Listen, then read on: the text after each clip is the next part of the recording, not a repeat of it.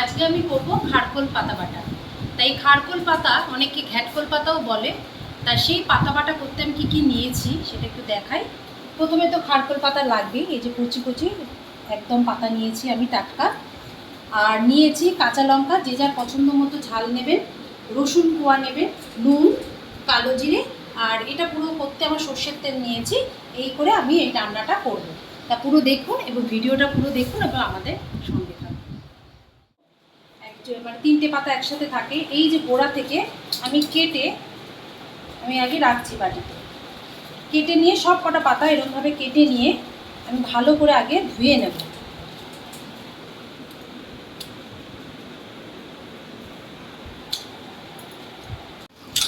যেহেতু জঙ্গলে হয় খারকোল পাতা, তাই জন্য এটা 3-4 বার জল পাল্টে পাল্টে ভালো করে ধুয়ে নিতে হবে।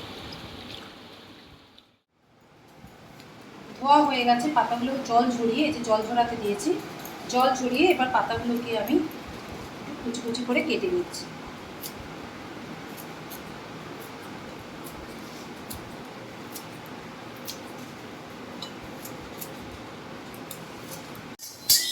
লো টু মিডিয়াম আছে এই শুকনো খোলায় কালো জিরে, রসুন, কাঁচা লঙ্কা এগুলো ভেজে নিতে হবে।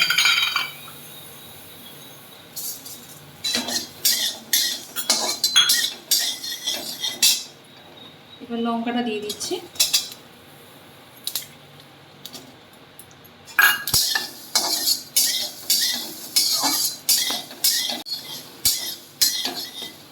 খারকোল পাতার পাতায় সবসময় রসুন আর কাঁচা লঙ্কার পরিমাণটা বেশি দিতে হয়, তাদের টেস্টটা ভালো হয়।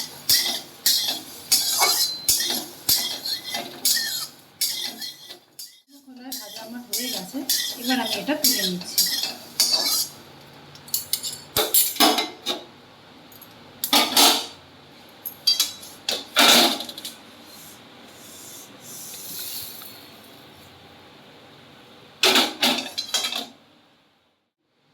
এই শুকনো খোলাতেই পাতাগুলো দিয়ে দিচ্ছি। আর এই পাতাটাকে যে আমি এই শুকনো খোলায় ভাজবো, সেটা কিন্তু হাই ফ্লেমে রাখতে হবে। হাই ফ্লেমে দিয়ে তবে এটাকে আমি কিন্তু একটু শুকনো খোলায় নাড়াচাড়া দিয়ে জলটাকে আমি শুকিয়ে ফেলতে হবে। আর দেবো এর মধ্যে একটু নুন।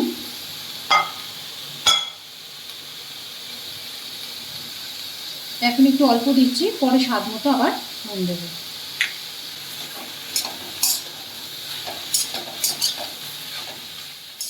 পাতাটা দেখেছেন পুরো অল্প হয়ে গেছে, অল্প একদম। কতটা নিয়েছিলাম আর এটা কতটা অল্প হয়ে গেছে। আর একটু জলটা শোকা, তারপর এটাকে আপনারা শিলনোড়াতেও বেটে নিতে পারেন অথবা মিক্সারও করে নিতে পারেন। নুন দেওয়াতে এই যে পাতার মধ্যে যে জলটা থাকে সেটা বেরিয়ে আসে।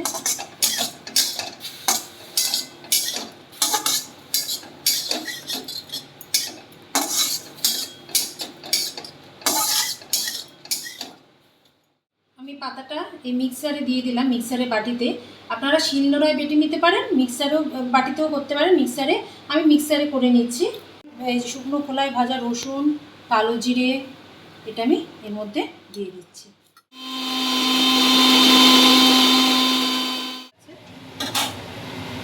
আমি এবার সর্ষের তেল দিয়ে দিচ্ছি, অল্প দেবো সর্ষের তেল।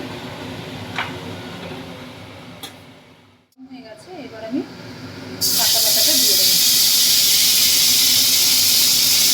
এর মধ্যে রসুন, কালো জিরে, কাঁচা লঙ্কা, নুন আর পাতাটা পুরোটা দিয়ে আমার নেড়ে চেড়ে নেব।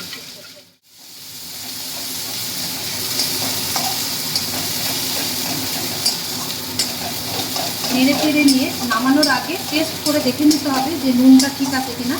সেই অনুযায়ী আবার একটু যদি লাগে তখন আবার একটু নুন দিয়ে নেবো, দিয়ে নেড়ে চেড়ে তারপর পাতা বাটা রেডি। এটা লো টু মিডিয়াম আছে ভাজবেন, কারণ যদি বেশি আছে ভাজেন তাহলে কিন্তু ফ্লেমটা যদি বাড়ানো থাকে তাহলে কিন্তু পাতাটা পুড়ে যাবে। নেড়ে ছেড়ে যতক্ষণ না তেল ছাড়ছে, দেখলে বোঝা যাবে কালারটা চেঞ্জ হয়ে যাবে, তখন নামিয়ে দেবো।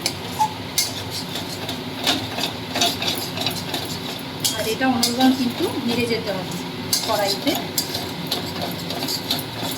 কালারটা যখন একটু চেঞ্জ হয়ে যাবে বুঝতেই পারবেন দেখে যেটা হয়ে গেছে, তখন ওটা নামিয়ে দেবেন। যেটা আর কি বলে পাতাটাকে, এই যে কালারটা দেখুন একটু কালচিটে টাইপের কালার চলে এসছে, সবুজ কালার ছিল এবং ভাজা কখন বুঝবেন যে হয়ে গেছে, ভাজাটা কালচিটে কালার চলে আসবে। এবার আমি নামিয়ে নিচ্ছি।